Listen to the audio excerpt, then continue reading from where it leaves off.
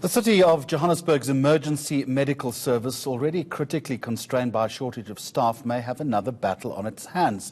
It currently has only 6 functional fire engines, and that would appear to be far too few for the entire area. But the city also announcing in March, if I recall, that 28 state-of-the-art fire engines have been purchased.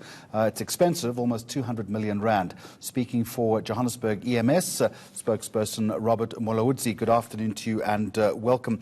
So, first of all, how can this be that we only have 6 functional fire engines, if in fact that number is correct? Good afternoon, Mr. Max, and afternoon to the viewers. Yes, we can confirm that at this stage we have only 6 fire engines which are operating throughout the city of Johannesburg. The reason being that most of our fire engines are spending more time at the workshops being repaired. So the stats will fluctuate, due to the fact that it might be on operation this week, the next week it might not be operating. So that is the situation we find ourselves in. However, to address that situation, we have tried to strategically place them in areas where we know there's a high risk of fire incident, of which it doesn't really address the issues in terms of response time, because we might actually have challenges in terms of getting to the incident on time because of the area we are responding to. Well, that's exactly the problem. It's a dangerous balancing act, isn't it? If I'm interpreting this correctly, if, for instance, and God forbid, there was a fire at ENCA headquarters in Hyde Park, but you didn't have a fire engine close enough to us, to mix my metaphors, we'd be toast, wouldn't we? Yes, that is the situation we find ourselves in, but we want to reassure our residents that the matter about the shortages of fire engines is receiving the attention from the highest office in the city. I think soon the leadership of the City of Johannesburg will be announcing the procurement of the new fire engines to address this issue.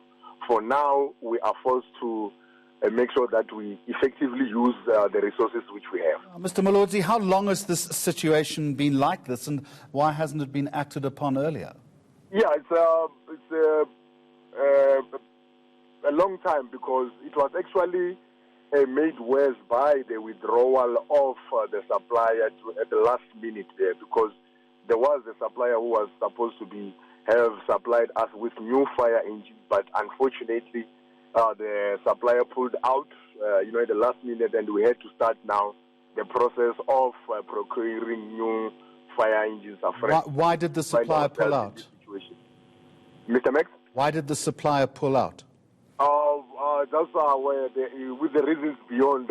We are not, informed as to what might be the reasons, but he informed us, the supplier informed us that he won't be able to continue with supplying us with the vehicles. Hence, we find ourselves in this situation. So I want you to put this on the record. As we speak at the moment, the capacity for Johannesburg to fight fires has not only significantly diminished, but what you're suggesting to me is that the city, South Africa's largest city, finds itself in a particularly dangerous situation, particularly, Mr. Mulaudzi, in winter, where the propensity for fires is greater. Yes, we find ourselves in this situation, but we are doing our best to make sure that we address the situation. So we just want to, our residents to bear with us while we are attending to this matter as a matter of urgency. How can we be asked to bear with you when potentially our lives are in danger? Yeah, this is the situation we find ourselves in. And we have to make sure that we address it as quickly as possible. Of course, we have got a responsibility to provide effective emergency services to all the residents of the City of Johannesburg. Which you're unable to do. We are doing our best with the resources we have now at this stage. When do these new fire engines arrive? At this stage, we can't really give you the exact date, but the leadership of the city will be announcing that very soon. But it could be days, it could be weeks, it could be months, it could even be years. We're hoping that, that will be very soon, because the situation, we are really in a dire need for those resources.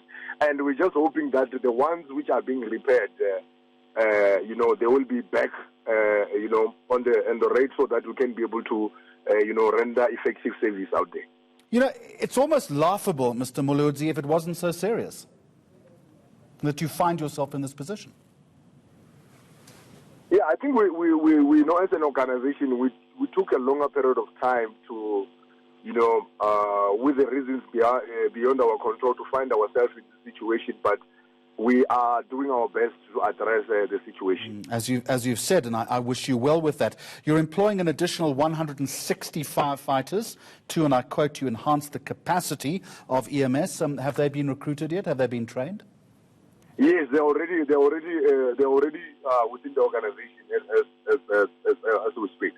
But they're sitting around doing nothing because you have no fire engines. No, in our organization, we are not doing only firefighting operations. So we're doing both fire and ambulance. So if we don't have the firefighting resources, then we deploy our men and women into the ambulance services. I'm glad you raised ambulances, Mr. Mulaudzi. Do we have a similar shortage there? Yes, but on the ambulance services, we better, because I think 2 weeks ago, so we had additional 42, which actually made us to be able to respond, on full capacity. So on the ambulance services, we are, I would say that we are operating in a normal, we are operating effectively in terms of the ambulance services.